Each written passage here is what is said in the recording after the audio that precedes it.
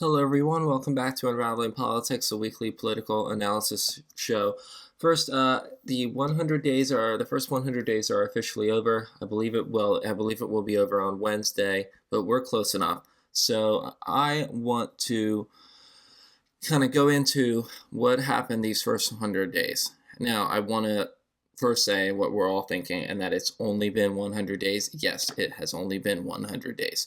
Before we begin, I hate to be one of those people, but if you like the show, please give it a like and subscribe. On YouTube, almost all of you are not subscribed. Yes, YouTube tells me that information, so please subscribe to the show so you can get updates. And please, if you like it, and share it with your family and friends. I really appreciate it. Leave a comment down below if you have any questions, and I will certainly read through it and respond to it. On with the show. There is naturally a lot of talk about of what has happened the last 100 days, so we can only really focus on the biggest stuff. The categories that we're going to focus on is foreign policy, tariffs, Doge, immigration, and where we go from here. So let's start with foreign policy. This hasn't gotten quite as much attention as some of the other stuff, but this is very important, and this overlaps with tariffs quite a bit, which we will get into later. However, I want to focus on the war in Ukraine. President Trump has promised to end the war on day one or sooner, which it's been almost 100 days since then, and that has not happened. It appears that a ceasefire deal between Russia and Ukraine will not be happening. This was always the most likely outcome, but really the problem here is Russia, not Ukraine.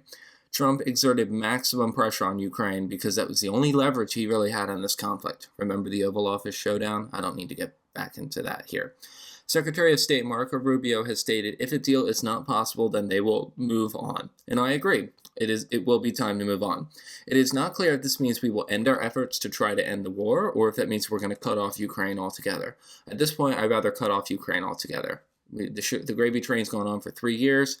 Time for Ukraine to stand on its own 2 feet. If a country can't stand on its own 2 feet for the long term, then I believe that country shouldn't exist. My guess is that it would be both. Ukraine is probably not going to get any more support, and we're just going to pretend that Ukraine doesn't exist. But we'll have to wait and see. We cannot continue to pump more money into this conflict. That is clear. Anyone who does not realize that really needs to take a long, hard thought about the situation. It's been 3 years, and it has not been successful thus far. During this negotiation, President Trump has called Zelensky a dictator, the aggressor, and the man who started this conflict. None of this is true.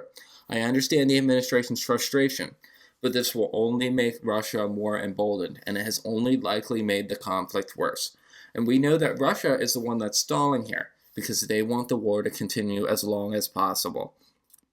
More recently, the Trump administration has threatened to end its negotiation efforts, and they're starting to realize, as I said, and they're starting to realize that Putin does not want the war to end. I'm surprised that it took them this long to realize it, but everyone else knew it.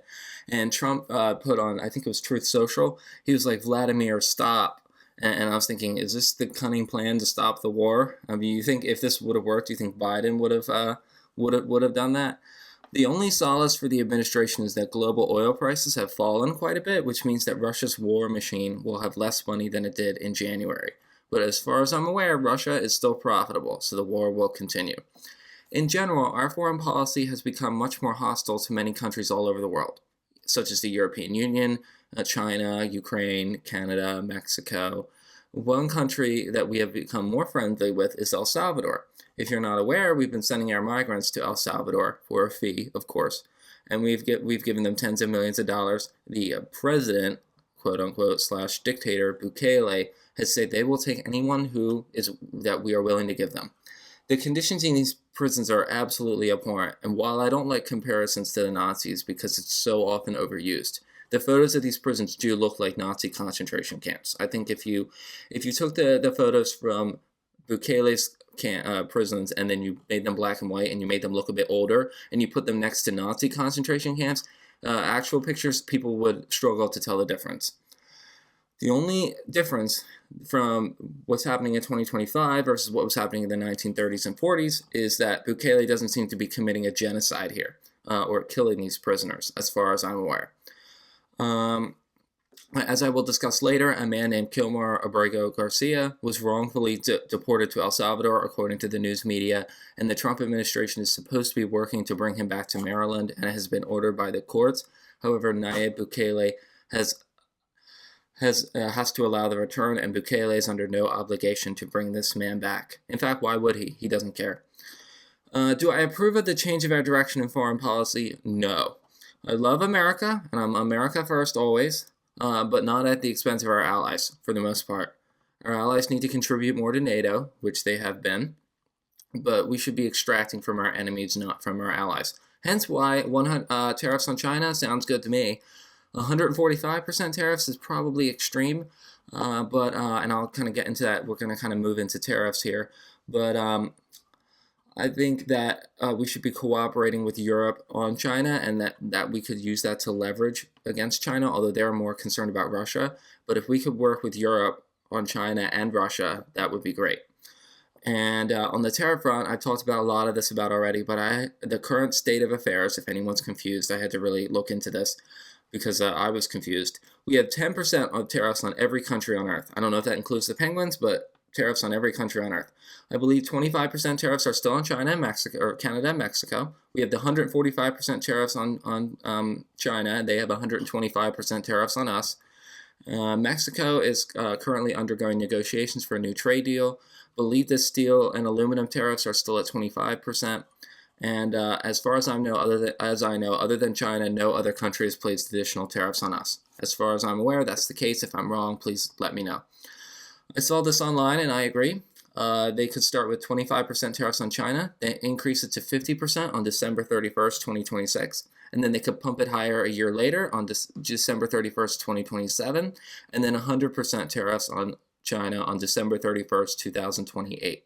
This would give companies enough time, 18 months, before the tariffs really get ratcheted up, and that could at least get them to move out of China to other countries. And hopefully that would give them enough time to adjust, but it seems that that's not what we're doing. As for the practical impact, Walmart, Home Depot, and Target, the nation's largest retailers, are warning that higher prices are coming and that shortages are coming too, just like during the pandemic. It seems like we've returned to 2020. This is like 2020, but no virus or lockdowns. Moving on to Doge, our third topic. If you've been living under a rock, Doge is Elon Musk's Department of Government Efficiency that he originally started with Vivek Ramaswamy before Vivek decided to run for Ohio to be Ohio's governor. Doge's own website, which is there, it's completely out there. Anyone can check it out. There's no paywall or anything. It's a government website because it has the .gov website. They claim that they have cut $160 billion, and that is impressive, if only it were true. According to the receipts that Doge has provided, they have only accounted for $63.3 billion. Almost all of them have been government contracts and grants. Grants, for example, one of which would have gone to my workplace, as I stated in a short episode a few weeks ago. Doge has been extremely controversial, and I'll provide my thoughts, because I'm not going to get into it too much because I've done that before. If they were going to do this, if this was their plan, they should have done an audit for a year or at least a few months and then started making their cuts. So what has been cut? Quite a lot. We'll get through it. According to ABC, which the article is in the description, they've tried to get 2 million federal workers to quit. That has been put on hold for now. They tried to gut the Consumer Financial Protection Bureau, but a court has also blocked that. The Defense Department is supposed to be getting cuts. Obviously, they want to cut the Department of Education. The Federal Aviation Administration staff have been completely gutted. Well, not completely, but almost completely gutted. This is a problem because the FAA fined Elon Musk's company $600,000 last year for failing to show license requirements for rocket launches, a potential conflict of interest. And as I said in the last episode, the IRS has seen huge cuts to its workforce. The Medicare and Social Security are undergoing staff reductions. NOAA, the National Oceanic Atmospheric Administration, is undergoing staffing reductions, and that will reduce our weather accuracy. USAID, that has been gutted, as I've talked before. AmeriCorps volunteers and staff have been sent home. I work with an AmeriCorps staff member, and we all love him deeply. Thankfully, he has not been cut, but they're like the Peace Corps for the country.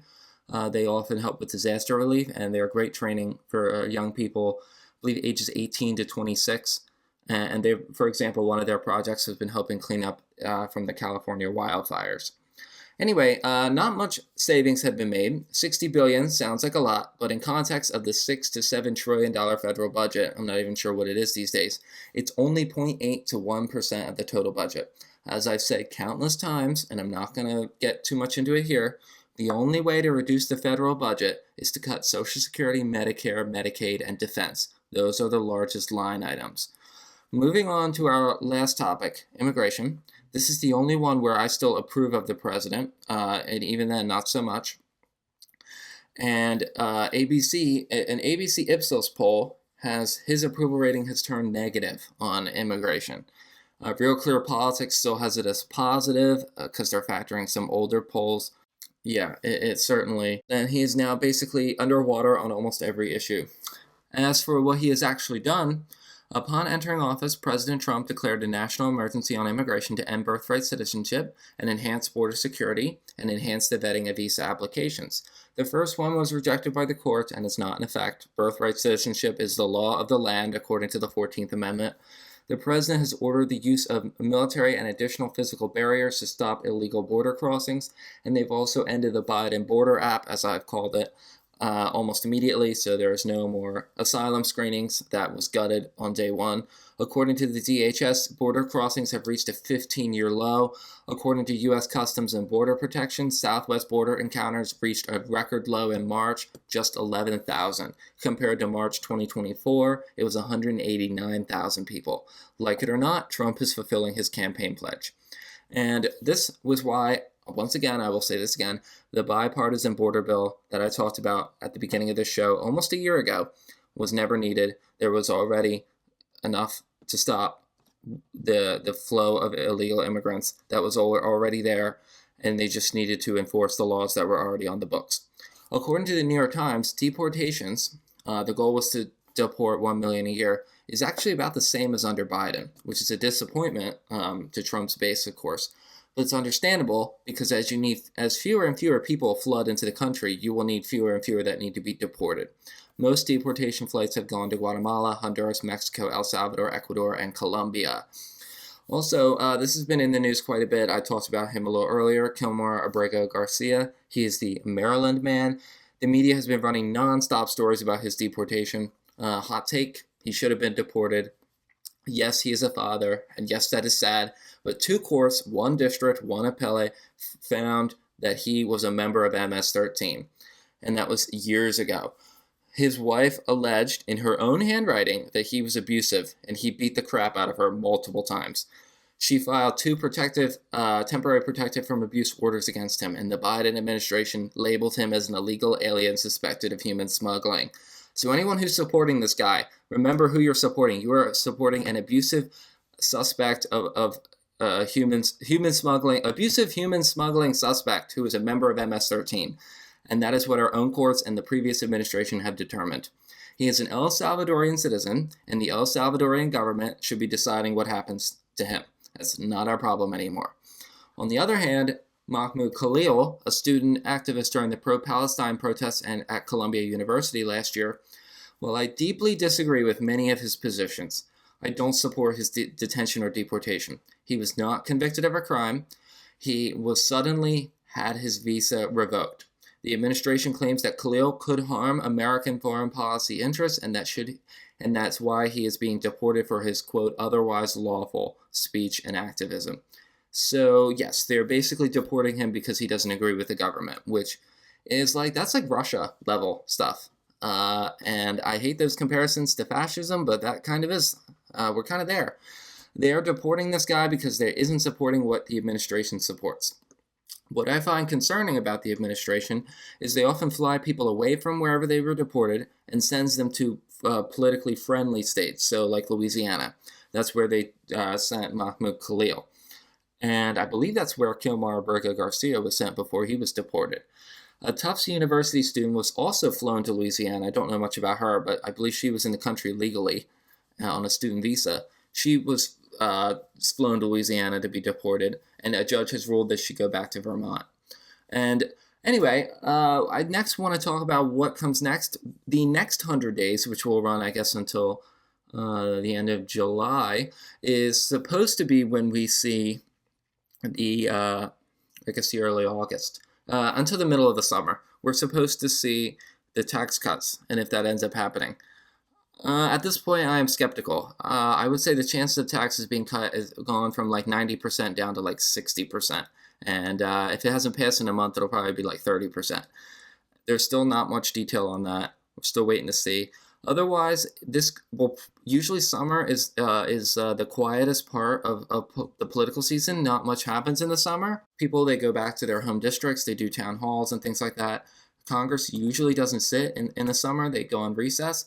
Last campaign was a bit different because last fall was because of the campaign, so that was a little bit different. So this summer we could be in for a. Normally we would be in for a political dry season, but with this administration, I'm not so sure. So where do we go from here? Other than the tax cuts, I am not sure. We'll have to wait and see. But that's all I have to cover. If you notice, there's very little that helps Americans here at home. It's mostly external stuff. Republicans can't pass the tax cuts or spending cuts. And I also want to mention that the Department of Education will begin resuming student loan collections. This will begin on May the 5th. This actually a week from today.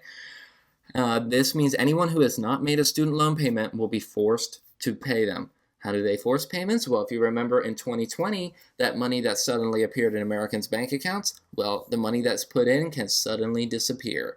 And they will begin garnishing wages, withholding tax returns, and Social Security benefits.